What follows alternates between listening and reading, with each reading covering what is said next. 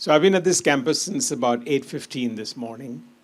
And Professor Raj is true. I had a very bad attack of food poisoning with fever. And about 5 in the morning, I WhatsApped him saying, but in the normal Professor Raj thing, he says, don't worry, I'll get you this, I'll get you medicine. There's a doctor on the campus, which means he's not taking no for an answer. That was the basic idea of that communication.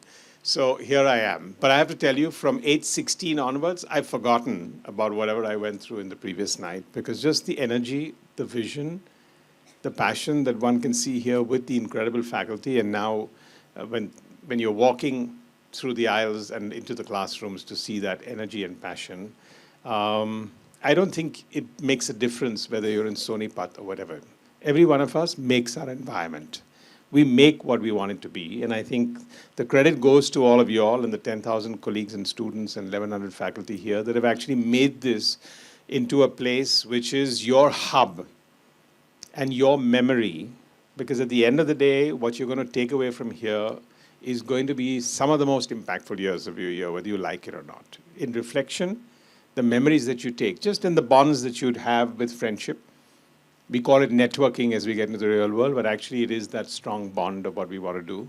And the ability to link with your 3 or 4 professors, where that one line, that one thought stays with you for a long period of time.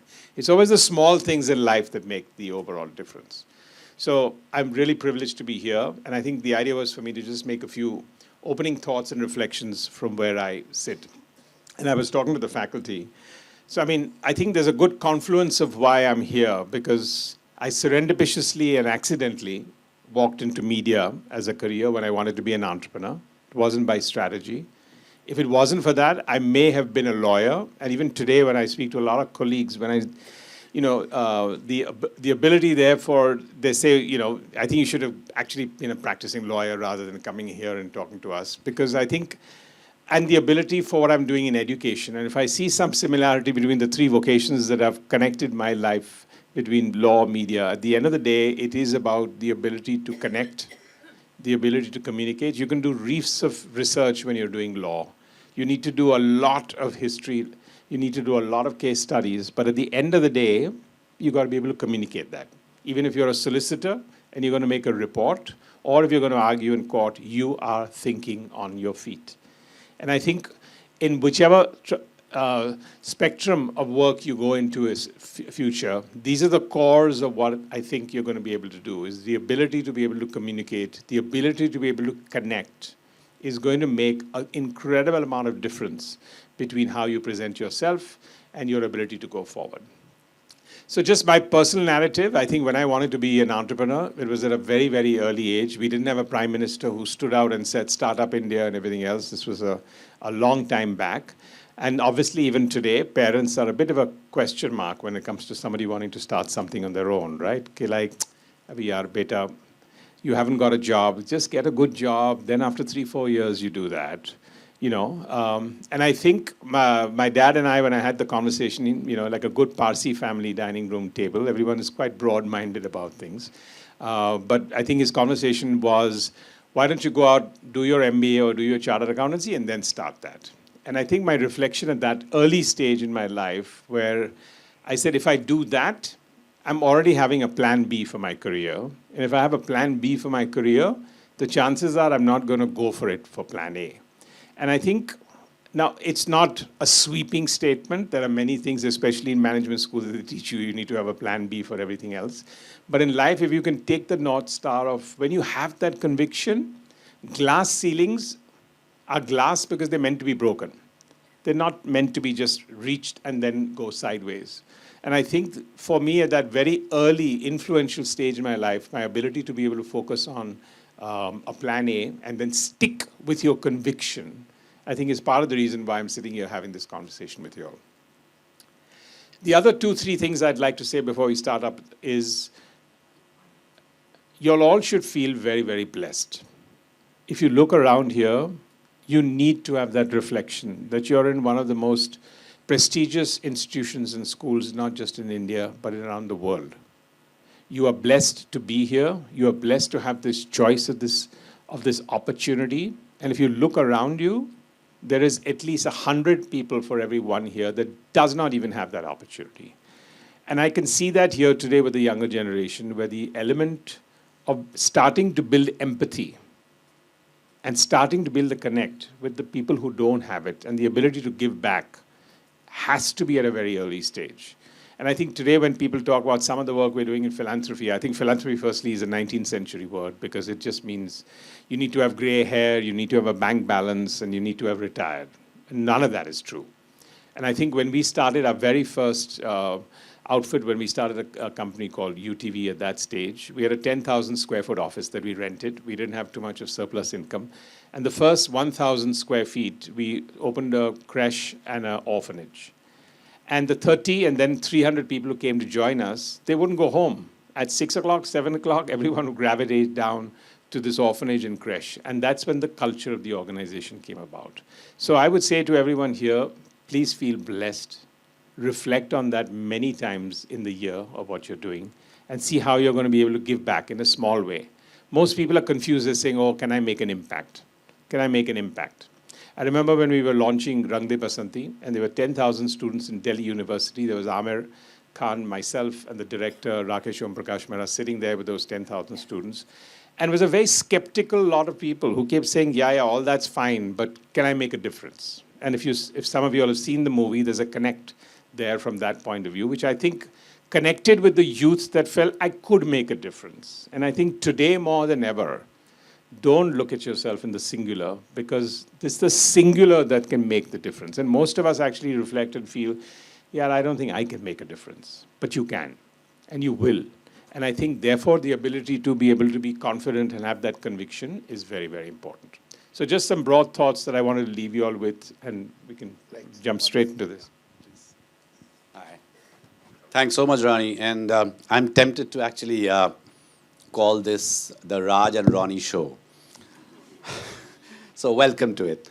And you know, the only time that I ever got to act in a film and I blew it up was Rang De Basanti because, you know, you tied up with NDTV and we were supposed to go and do it. So I got my news editor call me up and say that, okay, you need to reach this place and you need to, you know, Amir's crew, and they're there, and you're supposed to be the journalist who's going to cover. I first said yes, and then suddenly something struck me, and I said, why should I act as a journalist? I am a journalist. so I refused to go, and I told my news editor, I'm not going to act as a journalist. Well, someone else played my part. I didn't get a chance, so that was my little chance gone. But Ronnie... And the learning was? What's your learning in that? That you let this golden opportunity go because of your perception of what you wanted to be seen as versus whatever else. I don't know what everyone else feels in the room about that. So Ronnie, starting with you, and I'm sorry, I'm going to start with films and I'm going to end with films, but we will talk about Upgrad in between. You know, Shah Rukh, one of your heroes, seems to have done it again just when many of us thought that his days are over. Have you watched Pathaan? Yeah, I have. And what are your... What's my personal view of Pathaan? I mean, I think it's a nice, good Siti Bajao movie. And, you know, I don't know, this is a journalistic school. I don't know whether anything goes out from here, so. How many of you have watched Pathaan? There, see? No, I believe movies have their own karma. And I think this movie was not much more about the storytelling.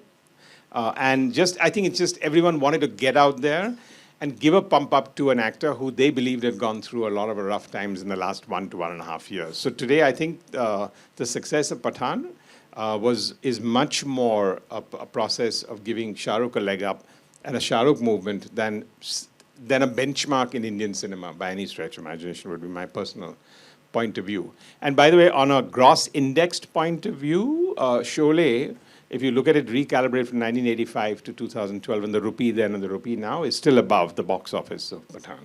Just because you need to recalibrate price of a rupee and 7 to 8% inflation every year.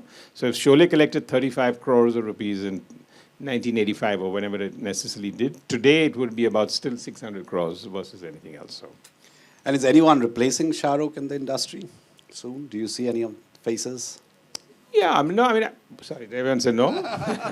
There's a hardcore, I love to be careful about what I say. No, we've done some incredible movies together, from Swades to a mad movie called Chennai Express to many others. No, I think the beauty about Shah Rukh is his charisma, right? And I think it's the best example of you can have whatever you want in terms of your ability to act, looks, and everything else. But when you have that charisma, which I mentioned, the ability to connect, the ability to be able to communicate, and just be charming.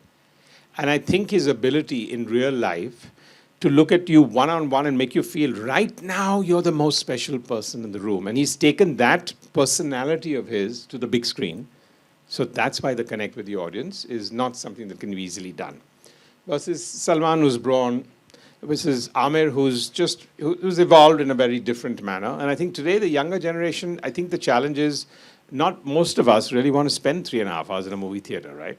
We don't have the patience for that. I think the patience has gone down quite a lot. So I think that recalibration of what audiences want is going to be the key need. Do you actually play chess with Amir? I did. It's very frustrating to play anything with him because he's such a perfectionist that he'll drive you potty. And you think you want to do it for 1.5 hours, the chess game lasts 6 hours. And there's a lot of conversations that go in there, then you break for lunch and whatever else. But yeah. Raj, who is your hero? Have you watched Pathaan? I actually want to, and Shah Rukh Khan is clearly my hero too. And it resonates with so many of our. But I would say Shah Rukh Khan laid the foundations of a romantic in me. Some of the earliest movies I watched, including Dilwale Dulhaniya Le Jayenge and Dil To Pagal Hai, both of those movies had a profound influence and impact on me personally. And I can say that I continue to be a great fan and admirer of that genre of his movies, not so much the Dawn 1 and 2 type of movies which he has done. So he is versatile. So yeah, absolutely. Ronnie, you worked with a variety of characters, and one of them, of course, was, I think, the best that Bollywood has lost, Irfan Khan. How does Irfan Khan compare to the others? I know it's a little unfair question, but just the...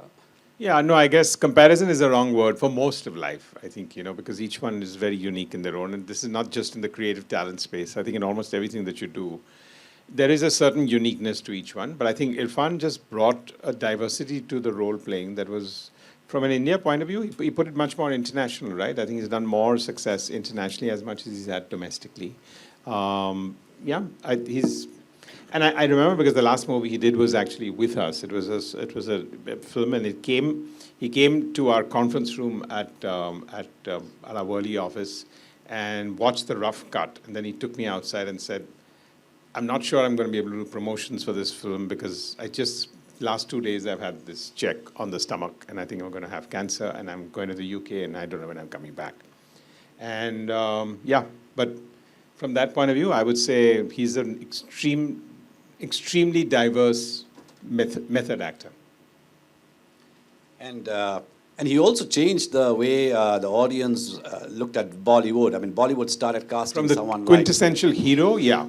But I think today, yes, you will have that hero, but today I think people want to see context and perspective. I don't think hero is a very different definition today. Not everyone has to take their hands out wide and do a song and dance routine, right? So I think just your ability for aspirations, the people that mold you, the people that influence you today, I think is changing for everyone. Let me move to education because that's what you want. But can film be a form of education, Ronnie? Film is a very powerful point of view. I think the ability the craft of storytelling actually is much more disciplined than most people would do that. Now, a storyline like Pathaan may not confirm that that's what you need to do because it doesn't have that kind of thing. But the drill of being able to express, and that's what you're doing in a conference room, that's what you're going to do in life in any case. Your ability to make your CV and be able to bring it to life is going to be the difference between a good job and a great job. It's going to be a difference between a good opportunity and a great opportunity. So it's not about film because the normal thing when people think about film is fiction.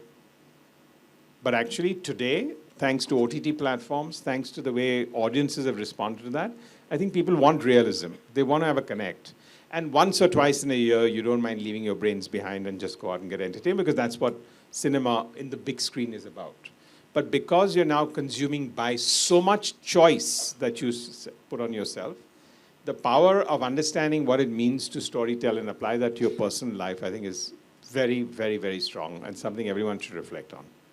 I have a question. Yes. Ronnie, one of the things that I've always wanted to ask you particularly is that the last decade in particular, maybe even 5-6 years, the film industry that was historically led by Bollywood has come to face interesting challenges and perspectives, especially from certain aspects of the South Indian film industry.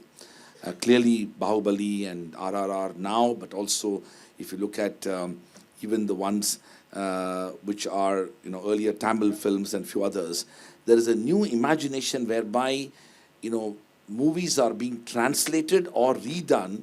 Original Telugu/Tamil movies are done in Hindi. So my question to you is that, is Bollywood beginning to face a potentially existential crisis, or it is just a phase of movie development whereby other language movies are increasingly becoming accepted across India, and there is a possibility of an Indian film industry emerging? So I think every sector will go through an existential crisis if you don't think out of the box and innovate. And I think definitely Hindi cinema specifically is going through that. South Indian cinema has been phenomenal in its consistency, in its discipline, in its homework, and it being as a serious industry. So because of that, it hasn't been noticed, but now it's getting noticed. So it's not like they're doing something different. It's because I think that the Hindi cinema part has just for the last 5 to 8 years or 10 years just not innovated, taken an audience for granted in many ways, and therefore you're seeing the response. And the third is, the best of script writing and storytelling today is happening on OTT platforms, the best of it. And I think all of us will relate to that, to whatever you see. So there, the complexity of characters. And at the end of the day, cinema on the large screen was a little bit about storytelling, and OTT has made you realize that characters, getting into the skin of a character is more important sometimes than the storyline. And if you all recall and reflect on any of the last 2 series you may have seen that you liked, Indian or Korean or American, it'll be about characters. So I think lack of innovation in any sector will get you to have a catharsis. And I think it's not last 2-3 years, it's been a decade of taking it for granted. It starts with taking it for granted, moves to arrogance, and then realization takes the longest time. Raj, I also wanted to ask you, because I was asking him, can film be a form of education? But when you thought of starting a journalism school and having the film, what was in your mind? I mean, you had a law school, you had a business, I mean, you had things going. Why journalism then? Well, thank you for that question, Kishalai. Well, you see, one of the things about a comprehensive university ultimately ought to be that we should be looking at what are the kind of things that people want to learn, and we should be providing opportunities for that. But there is a social responsibility attached to any institution building effort. And honestly speaking, the establishment of the journalism school was also part of that effort, whereby I was beginning to feel uncomfortable in the way the entire media industry was evolving, and the opportunity to have journalists who are having the ability to speak truth to power, but also to do it with a sense of responsibility was something that we were facing significant challenges. So one of the things that we began the journey was, how do we create and reimagine a journalism school, not so much as a vocational training and a skills education, which I think is important to all disciplines, but whereby you combine the knowledge of disciplines, including sociology, political science, history, literature, economics, law, and then to have journalists who can have a wider impact on society. I mean, that is the larger role that universities ought to be doing. And the film and new media program was a natural transition to the kind of interest that students have. I mean, I have given over 12,000 talks across India, and mostly talking to high school students. And the kind of, I mean, I grew up in a society where becoming a doctor or an engineer is the only good thing that one can aspire to do. But young people of today have wide-ranging options and opportunities, and film and new media is something that they will pursue as a, not just as a lifelong career option, but also something that they will do it with passion. And Ronnie, in the film program also, I just want to add to that, because I think for a lot of people here today, the career options, I think part of it is also whether you take weightage to that. And I'll give you an example where we had a tie-up and we were wanting to send, because football in this country is still not a trained sport, right? I mean, we have an ISL league, but if you see the sports people there and the level of this thing, the training is not to that level. And that's because you need to commit and you need to start young. And we had a great opportunity, and we enlisted about 100 boys to actually go for, it was boys, it wasn't girls at that time, but to go across to Germany for 2 to 3 years of training. And when I sat with 100 parents there, their biggest question was, yeah, this is all nice, but is it there for a career? And I think for design, for the elements of journalism, media, and many, many others, that is going to make such an impact in the 21st century and 22nd century for all of you all as the career options.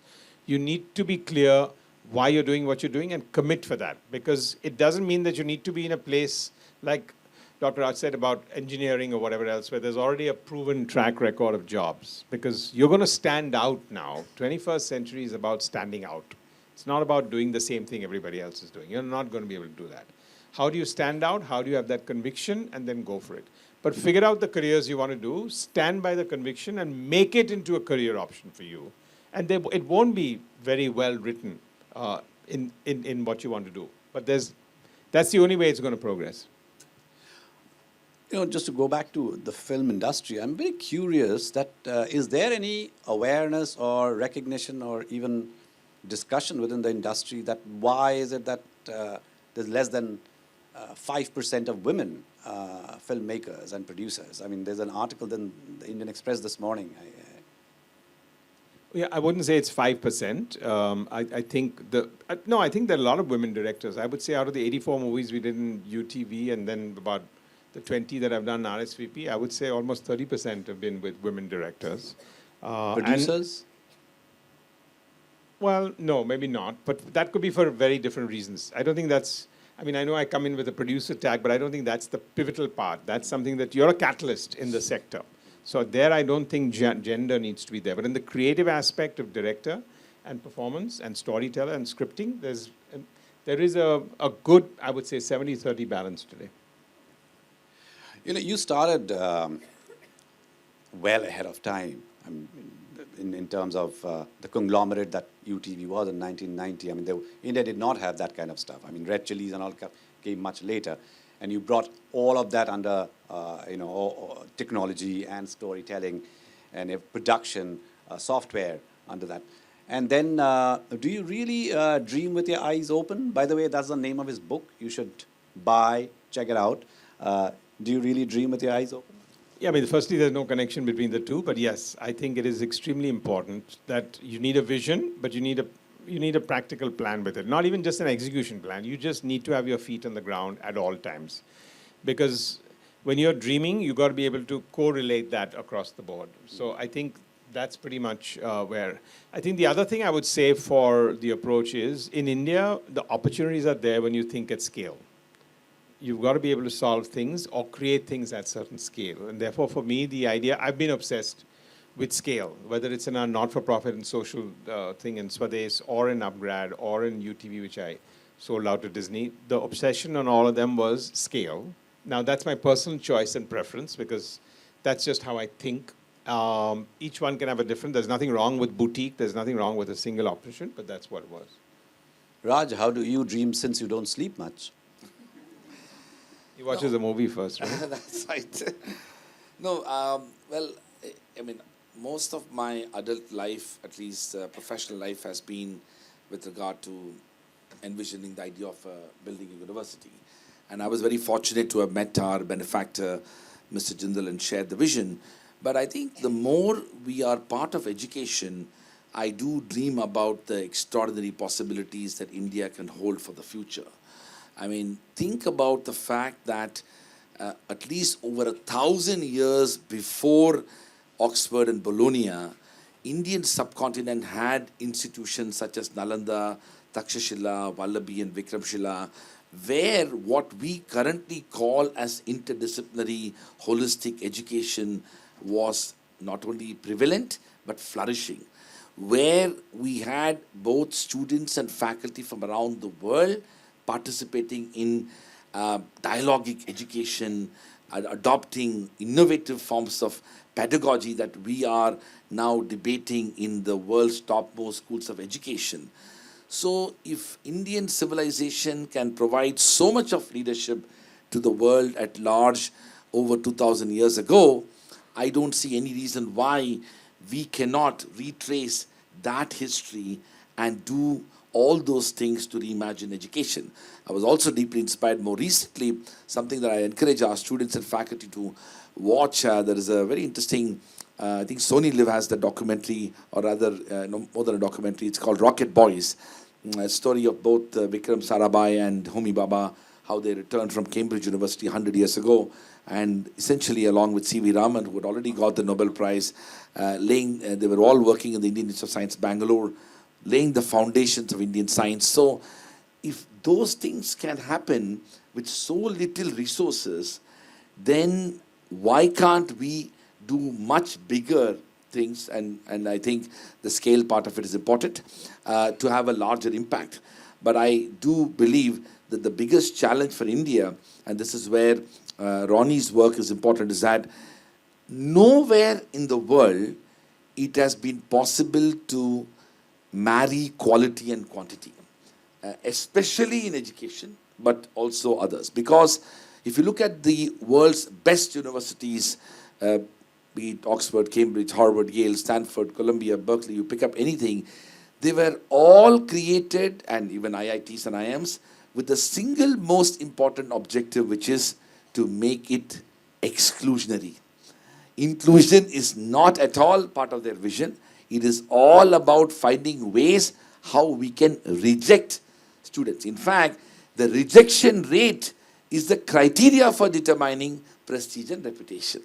And unfortunately, we are no different slowly when it comes to several of our schools, and I do believe that that's going to be the case with us generally. But where we can provide an alternative imagination is about how can we deliver high quality education through online space in an asynchronous manner with lesser cost and not compromising on quality. That is exactly what Abgrad and Ronnie is trying to do, and this is going to be one of the most democratizing impacts on the future of education. You know, Raj and Ronnie, both of you believe in hybrid and online education and quality education. But one of the greatest challenges in our country has been the last mile connectivity. Access is still going to be a problem. How do we overcome that? I don't think it's that big now. I think what has happened between Jio and 5G, whatever else, I think, look, during COVID in Maharashtra, where we were working with about 2,200 villages in Raigad and about another 1,000 in Nashik, on the schools, we started what we call digital Swadesh, and it actually started connecting. And now it's almost become, so from farmer groups to women welfare and village development committees, to classes for extracurricular activities in villages, they went to a hub. So I think that ability for us, we can't be the third largest economy in the world and still have a connectivity problem. So I think we're past that. We are past that. And I do agree that today, right now you're at a stage where you're starting your curriculum. There is definitely going to be a stage where when you throw up your graduation hat, you're not done. You're going to have to go back to some sense of learning, because at least half of what the future holds in terms of work opportunities, business opportunities, job opportunities hasn't yet been taught or identified. And that's going to happen in your career. So when you throw up that hat, know that from here onwards, that's temporary. You're going to have to, you may not go back to school, you may not go back to university, but you're definitely going to go back in some form for learning. Therefore, the context of exclusion versus inclusion, I think online is the epitome of inclusion, where out of 100 people, unless you're not ready for a particular course, 90 will get selected. In an offline, out of 100 people, 2 will get selected. I just have to add something to what Ronnie said. So, I mean, listen, in India, you need to be optimistic and hopeful. Otherwise, you can't be here. One might as well go to move to Sweden or somewhere. So, on the online part of it, I do believe that government can do a lot. I have seen some data which has, I mean, UNESCO data shows that 1.5 billion children around the world were removed out of education during the pandemic. And there is a very strong risk that they will never be able to come back. And that 1.5 billion, lot of which are from India. I also saw that only 18% of Indian households have effectively three things that are needed for a online education. First, reasonably working electricity. Second, reasonably working Wi-Fi connection.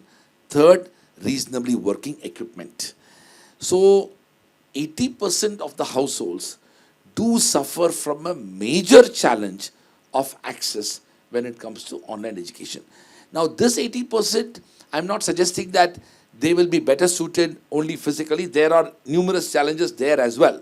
If at all anything, online can actually ensure greater access. So in a way, the last point is there's a huge public policy intervention there, which is to create that kind of electric connections and Wi-Fi connections and effective internet corridors so that we can provide greater access.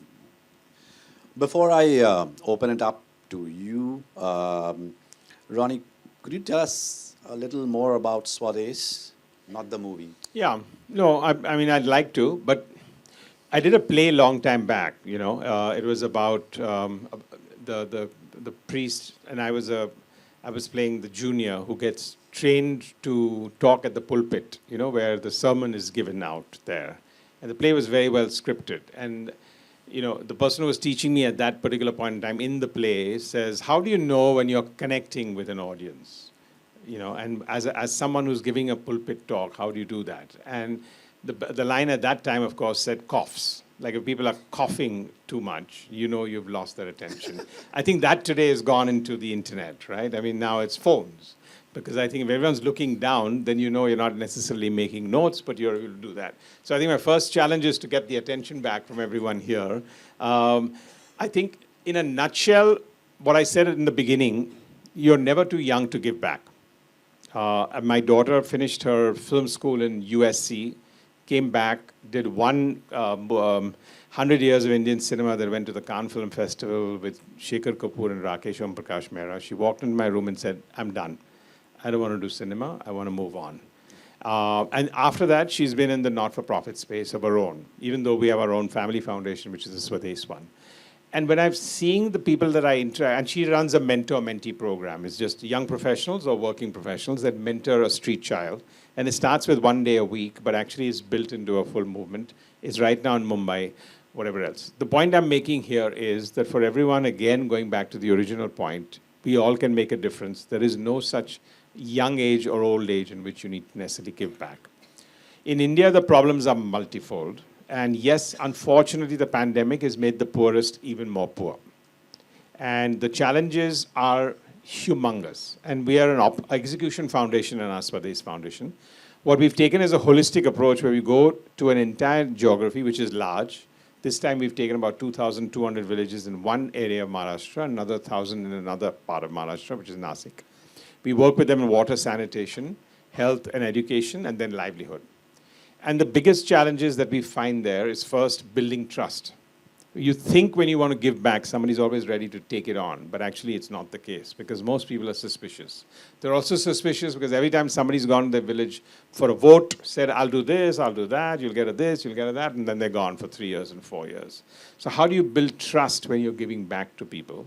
Down to livelihood. We thought, okay, if we can give them opportunities, but when somebody doesn't understand the power of what, from earning 50,000 rupees of annual household income, if I want to get to 2 lakhs rupees annual household income, what does that mean? How will that change my life? So financial inclusion is something that I think for at least 50% of the 600 million people, they don't really even understand the power of what it would be. So the challenges are very deep. And I think most of the insights came for us where we had in Mumbai, I wanted to get 100 schools to adopt 100 villages. Finally, I managed only 20 schools to adopt 3 villages each to get to 60.